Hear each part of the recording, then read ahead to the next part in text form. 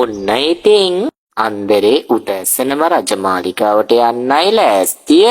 මේ බලන්නකෝ. ඔය තලප්පාවේ රැල්ලක්වත් හරියට හදාගන්නවා. රජතුමා ඉස්සරහට ගිහින් නෝන්ඩි වෙන්නද කල්පනාව? රජතුමා මගේ තලප්පාවේ රැලි දිහා නෙවෙයි නොවැ බලන්නේ. මගේ ඔළුවේ තියෙන රැලි දිහා නොවැ. ඔළුවේ තියෙන දේ විතරක් තිබිලා මදිනේ. අදවත් රජතුමාගෙන් හාල් මල්ලක්වත් තෑග්ගක් විදියට ඉල්ල ගන්න බලනවා. ගෙදර හාල් මුට්ටියේ අඩිය පේනවා දැන්. බය වෙන්න එපායි. මම අද රජතුමාට කියනවා අපේ ගෙදර නම් හාල් මුට්ටිය කටටම පිරීලා කියලා. අනේ මනුස්සයෝ මොන බොරුවක්ද ඒ? එහෙම කිව්වොත් රජතුමා අපිට මුකුත් දෙන එකක් නෑනේ. ඒක බොරුවක් නෙවෙයි. ඇත්ත. අපේ හාල් මුට්ටිය කඩටම පෙරිලා තියෙන්නේ හොඳ පිරිසිදු හුළඟින්. ඔහේගේ ඔය කවට කන්නම් කවදාවත් ඉවර වෙන එකක් නෑ. මගේ කවටකන් ඉවරනොත් තමා අපි බඩගින්නේ ඉන්නේ.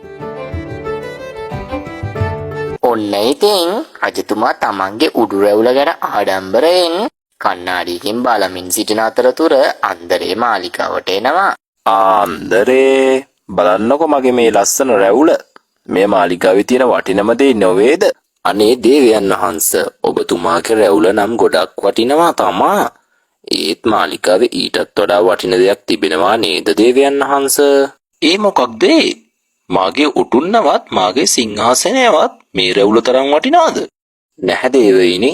මාලිගාවේ තියෙන වටිනම දේ තමයි ඔබතුමාගේ හිස. මගේ හිස? ඒ කෙසේද? දේවයන් වහන්සේ රැවුල තියෙන්නේ හිසේනේ. හිස නැත්තම් රැවුල තියෙන්න විදිහක් නැහැනේ. ඒ නිසා හිස තමා රැවුලටත් වඩා වටින්නේ. අනේ අන්දරේ. ඔයගේ කතාව නම් සහතික ඇත්ත. ඔබ කැමති තෑග්ගක් ඉල්ලා සිටිනු. අනේ රජතුමනි අපේ ගෙදර හාල් මුට්ටිය කට ළඟටම පිරීලා. හුළං වලින්.